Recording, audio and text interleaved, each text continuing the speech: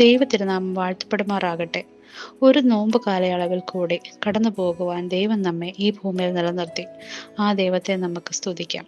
ഇന്നത്തെ അല്പസമയത്തെ ചിന്തയ്ക്കായിട്ട് സാരാഫത്തിലെ വിധവയുടെ കഥയിലേക്ക് നമുക്കൊന്ന് കണ്ണോടിക്കാം. ഈ വിധവയെ ഏലിയാവ് കണ്ടപ്പോൾ അവൾ സമൃദ്ധിയിൽ ജീവിച്ചിരുന്നില്ല. അവൾ തൻ്റെ അവസാന പദ്ധതിയിലാണ് ജീവിച്ചിരുന്നത്. സാരാഫത്ത് പട്ടണത്തിന്റെ കവാടത്തിൽ ഏലിയാവ് എത്തുമ്പോഴേക്കും ക്ഷാമം അതിൻ്റെ പ്രവൃത്തിയൊക്കെയും പൂർത്തിയാക്കിയിരുന്നു. ഭൂമി വരണ്ടിരുന്നു. അവിടുത്തെ വിഭവങ്ങളൊക്കെ ഇല്ലാതെയായി. പ്രത്യാശ ജീവൻ നിലനിർത്തുന്നതിലേക്ക് മാത്രം ചുരുങ്ങിയിരുന്നു. ഏലിയാവ് ഒരു സമ്പന്ന സഹായിയെയോ തയ്യാറായ വീട്ടുകാരെയോ അവിടെ കണ്ടില്ല. അവനാകെ കണ്ടത് വടികൾ ശേഖരിക്കുന്ന ഒരു വിധവയെ. അവൾ ഭക്ഷണം ശേഖരിക്കുന്നില്ല, അവൾ ഇന്ധനം ശേഖരിക്കുകയാണ്. തൻ്റെ അവസ്ഥ അവൾ ഏലിയാവിനോട് തുറന്നു പറയുന്നു. അവൾക്കുള്ളത് ഒരു കൈപ്പിടി മാവും അല്പം എണ്ണയും മാത്രം. ഒരു അവസാന ഭക്ഷണത്തിനുള്ള അത്രയുമേ അവളുടെ കയ്യിലുള്ളൂ. ഇതിനുശേഷം അവളും മകനും മരിക്കുവാൻ വേണ്ടി തയ്യാറാവുകയാണ്.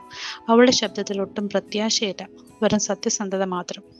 എന്നാൽ ഏലിയാവ് അവളോട് അന്യായമായി തോന്നുന്ന ഒരു കാര്യമാണ് ചോദിക്കുന്നത്. ആദ്യം തന്നെ ഏലിയാവിന് ഭക്ഷിപ്പാൻ കൊടുക്കണം.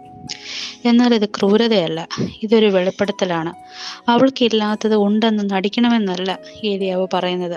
ഇതിനകം തന്നെ പോരാത്തതിനെ ദൈവത്തിനെ ഏൽപ്പിച്ച് വിശ്വസിക്കണമെന്ന് മാത്രമാണ് അദ്ദേഹം ആവശ്യപ്പെട്ടത്.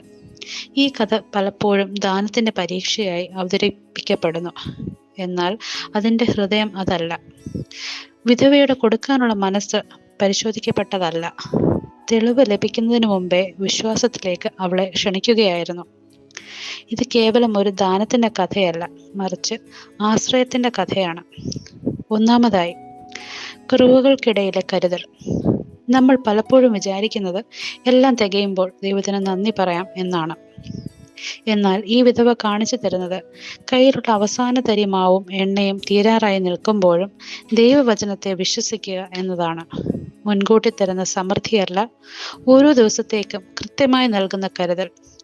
അതാണ് നമ്മളിവിടെ കാണുന്നത്. രണ്ടാമതായി, പാത്രം നിറഞ്ഞില്ല, പക്ഷെ അത് തീർന്നതുമല്ല.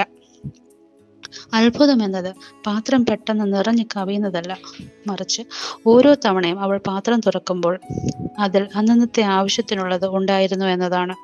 നമ്മുടെ ജീവിതത്തിൽ ദൈവം വലിയൊരു നിധിശേഖരം ഒറ്റയടിക്ക് തന്നു എന്ന് വരികയില്ല. പക്ഷേ ഓരോ ദിവസവും നമുക്ക് മുൻപോട്ട് പോകാനുള്ള കൃപ അവിടുന്ന് തരുന്നു. ആ തുടർച്ചയാണ് യഥാർത്ഥമായ അത്ഭുതം. മൂന്നാമതായി, നിരാശയിൽ നിന്ന് ആശ്രയത്തിലേക്ക്. വിധവ മരിക്കുവാൻ തയ്യാറെടുക്കുകയായിരുന്നു. എന്നാൽ ഏലിയാവിന്റെ വാക്കുകൾ കേട്ടപ്പോൾ അവൾ തൻ്റെ ശ്രദ്ധ സ്വന്തം ശൂന്യതയിൽ നിന്ന് ദൈവത്തിന്റെ വിശ്വസ്തതയിലേക്ക് മാറ്റി. ഭയത്തെ കീഴടക്കുവാൻ വിശ്വാസത്തിന് മാത്രമേ കഴിയൂ എന്ന് ഈ കഥ പഠിപ്പിക്കുന്നു. നമുക്ക് നാളത്തേക്ക് എന്തുണ്ടാകും എന്ന് പേടി തോന്നുമ്പോൾ ഈ വിധവയെ ഓർക്കണം.